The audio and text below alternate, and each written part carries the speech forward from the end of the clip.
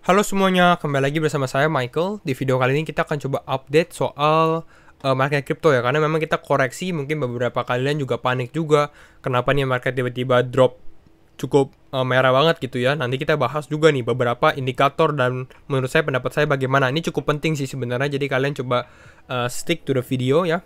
Oke, kita langsung coba mulai dari crypto market updates.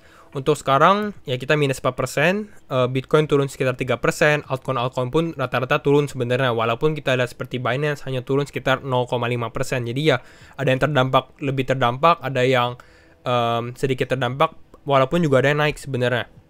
Contoh, kita kalau lihat dari 24 hour volume sebenarnya ada beberapa yang naik. Kita lihat seperti Refine, ada Horizon, ada Quan, ada Avalanche juga naik lagi ya. Tapi ini kalau saya perhatikan ya, Quan ini, QNT ini korelasi dengan Bitcoin sedikit menurun. Jadi kalau misalnya Bitcoin naik, dia malah nggak begitu bergerak gitu ya. Tapi kalau misalnya Bitcoinnya turun, nah dia malah naik. Kira-kira seperti itu. Coba kalian yang mau analisa QNT atau Quan ini juga boleh.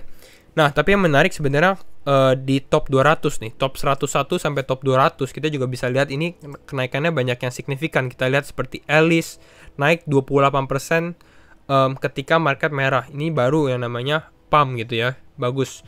Lalu kita ada Genesis, ada Alpha Finance, ada Reserve Right. Jadi ya sebenarnya masih ada potensi kok, masih ada kesempatan juga kalau misalnya kita memang cari yang koin-koin yang benar lah untuk kita tradingin ataupun buat kalian investasi, kira-kira seperti itu. Makanya diversifikasi portfolio kalian itu juga penting.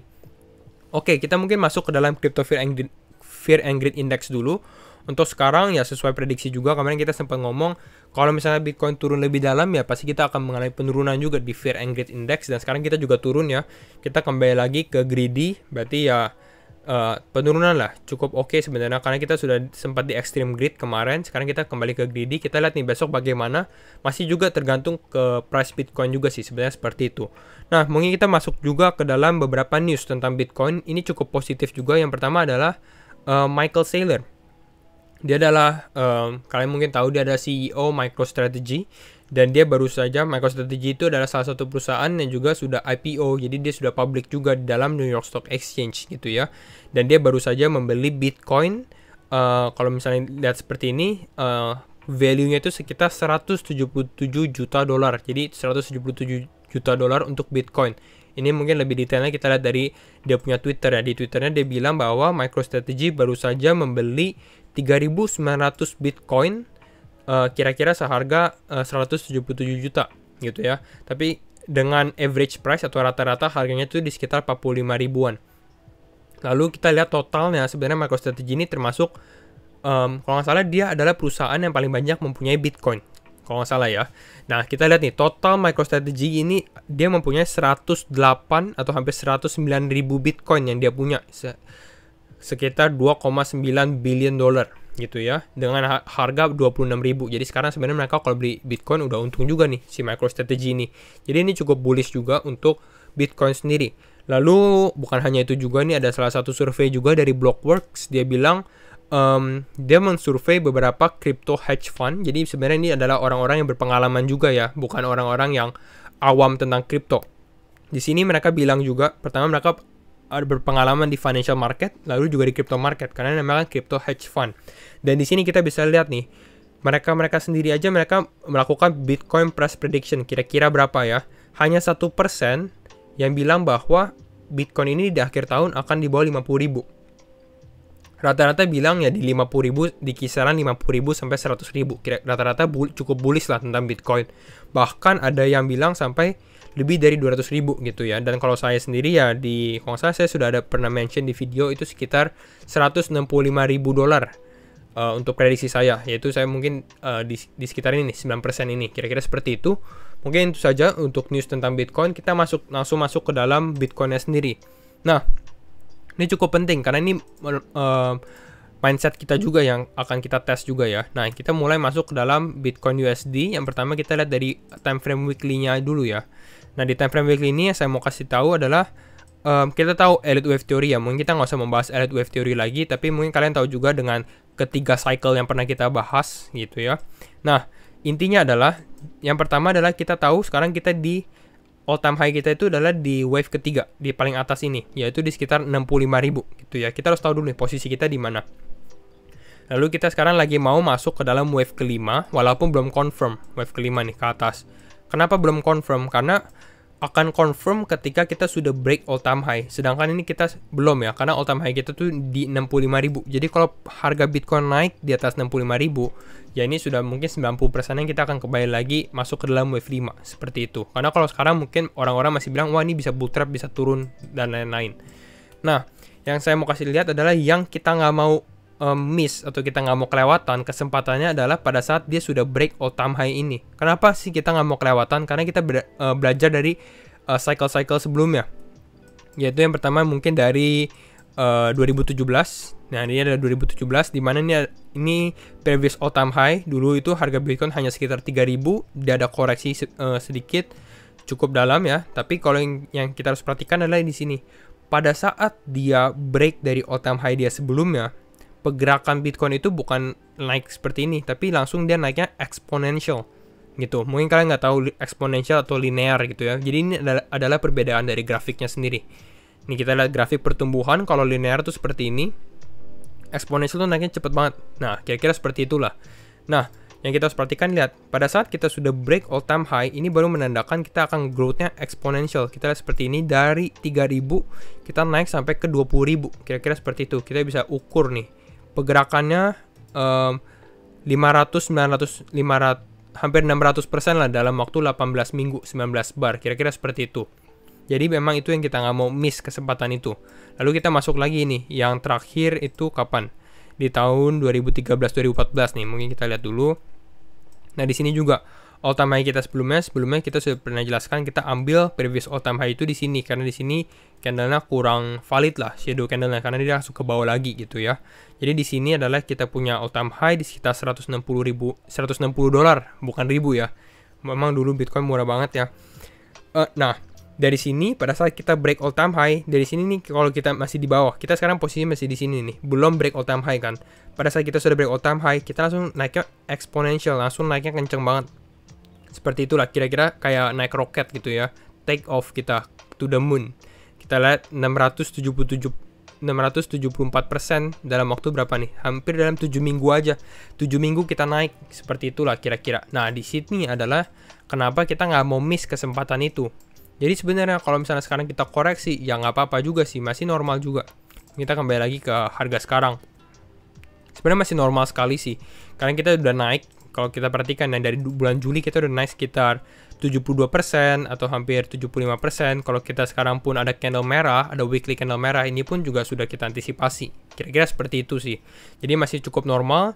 Asalkan ya kalau misalnya kalian nggak mau jual, misalnya kalian nggak mau TP, itu pun nggak apa-apa. Karena menurut saya, in the long term, kita menunggu nih, setelah dia break ini, ya ini semua, ya ini baru yang kita bisa menikmati hasil kita nih, bukan hasil sekarang. Kita menunggu hasil nantinya tuh bagaimana, kira-kira seperti itu. Kita masuk ke dalam time frame one day, mungkin kita bahas kira-kira apa saja sih di time frame one day. Nah mungkin kita bahas dulu nih, siapa sih yang menggerakkan market crypto? Kalau menurut saya, market crypto ini ada tiga tipe. Ada tiga tipe orang yang bisa menggerakkan market crypto. Yang pertama adalah retail. Retail itu kita ya, retail. Yang kedua adalah whale atau paus-paus atau cukong atau bandar yang punya dana yang cukup banyak juga. Kira-kira seperti itu. Nah, yang terakhir itu adalah financial institusi gitu. Dan untuk sekarang, kalau menurut saya, mungkin kita kembali ke time frame ini deh. Dan untuk sekarang, kalau menurut saya financial institusi ini belum masuk. Kenapa financial institusi ini belum masuk? Karena kalau saya lihat ini, mereka biasanya akan purchase GBTC dulu. Kalau misalnya mereka mau masuk ke dalam Bitcoin. GBTC ini adalah trust untuk Bitcoinnya sendiri. Dan kalau untuk sekarang GBTC-nya pun premiumnya ini malah terdiskon, istilahnya minus 14%. Jadi kalau misalnya mereka mau beli Bitcoin, ya mendingan mereka beli aja di GBTC dulu. Karena lebih terdiskon 15% dari harga Bitcoin sekarang. Kira-kira seperti itulah. Berarti ini artinya apa? Demand financial institusi kepada Bitcoin ini masih belum ada. Ada tapi ya masih kurang lah, kira-kira seperti itu. Dan kapan nih financial institusi masuk ke dalam Bitcoin? Kalau saya lihat, biasanya ini mereka akan melihat dari Golden Cross sama Dead Cross juga. Dan ini kita sudah belajar dari previous ini juga. Kita sudah lihat sebelumnya kita mengalami Dead Cross ya. Kita mengalami Dead Cross di bulan Juni nih. Dan yang harus kita perhatikan juga adalah sebelum terjadinya dead cross, ini price ini juga udah jatuh dulu nih, karena mereka sudah antisipasi nih akan terjadi dead cross, kira-kira seperti itu. Nah, yang untuk sekarang kita bisa antisipasi juga nih kira-kira kapan golden cross akan terjadi, karena dead cross ini adalah tanda dimana kita akan kembali masuk ke dalam, ya bisa dibilang tanda kutip bear market gitu ya. Sedangkan golden cross ini bisa dibilang tanda kutip kita masuk ke dalam bull market gitu ya. Walaupun belum pasti, tapi orang-orang biasanya melihat itu sebagai indikator. Nah, kita bisa proyeksikan juga sebenarnya golden cross kita. Yang pertama kita ambil dari moving average 50 dan moving average 200 seperti ini. Kita coba proyeksikan. Dan ini yang kita proyeksikan lagi di sini. Nah, kalau misalnya kita sudah proyeksikan seperti ini, kita bisa lihat nih kira-kira kapan sih terjadinya golden cross ini. Kalau misalnya kita growth kita ya tetap kita bertumbuh di bulan September, rata-rata tuh di sini 21 September kita akan mengalami golden cross. Bahkan mungkin kalau misalnya kita lihat dari sini, karena market sudah antisipasi golden cross bakal terjadi, mungkin sebelum itu sudah terjadi. Tapi kalau menurut saya sendiri, mungkin ini kita bakal extend sedikit. Kenapa bakal ke extend sedikit? Karena saya lihat di bulan September itu bukan bulan yang biasanya Bitcoin naiknya puluhan persen, lebih relatif sideways ataupun koreksi. Untuk bulan koreksi dan sideways, kira-kira seperti itu. Jadi mungkin akan price Bitcoin ini akan turun lagi, mungkin bisa tes ke 44 ribuan, atau mungkin kita sempat bakal turun ke di bawah 40 ribu. Tapi kita nggak ada yang tahu pastinya. Jadi kemungkinan seperti ini mungkin ya benar-benar di akhir September ataupun di awal Oktober baru kita mengalami golden cross. Tapi ini hanya kembali lagi proyeksi dan belum tahu kepastiannya itu bagaimana. Tapi intinya kalau misal golden cross terjadi, ya ini barulah financial institusi masuk juga, kita lihat volume naik lagi di market, dan ini yang akan membantu boost Bitcoin ini untuk break all time high dia di 65.000, kira-kira seperti itu. Makanya nanti kalau misalnya kita berhasil seperti ini, golden cross terjadi, kita break all time high, mungkin di bulan Oktober, November kita bisa mengalami nih exponential lagi, yang kita naiknya cukup cepat, kira-kira seperti itu. Kalau misalnya kita perhatikan. Nah, kita bahas nih, sekarang tuh bagaimana? Kalau untuk sekarang, yang sempat kita bahas dari video kemarin, sebenarnya kita ada trendline ya, yang warna biru ini, dimana ini cukup bagus karena hari ini Bitcoin ini turun juga, tapi dia berhasil turun, tapi dia belum break trendline kita, gitu ya. Di sini kita lihat dia ada test trendline, ada tes lagi. Nah di sini belum tes sih sebenarnya, tapi dia sudah cukup menurun. Dan biasanya orang-orang juga pasti tahu lah, nggak mau beli di harga atas juga. Biasanya kita mau beli kan buy on support, kita mau beli di supportnya juga. Jadi kalau misalnya kita tes ke bawah, let's say kita turun lagi di sini, mungkin di sini akan menjadi trigger di mana volume ini baru datang lagi, baru kita kembali naik lagi. Kira-kira seperti itu. Tapi untuk sekarang menurut saya sih lebih baik kita wait and see juga. Kenapa? Kenapa wait and see? Karena kalau benar-benar ini kita ke break, tandanya ini mungkin kita akan mengalami penurunan dulu nih selama beberapa minggu mungkin ya, kalau misalnya kita break.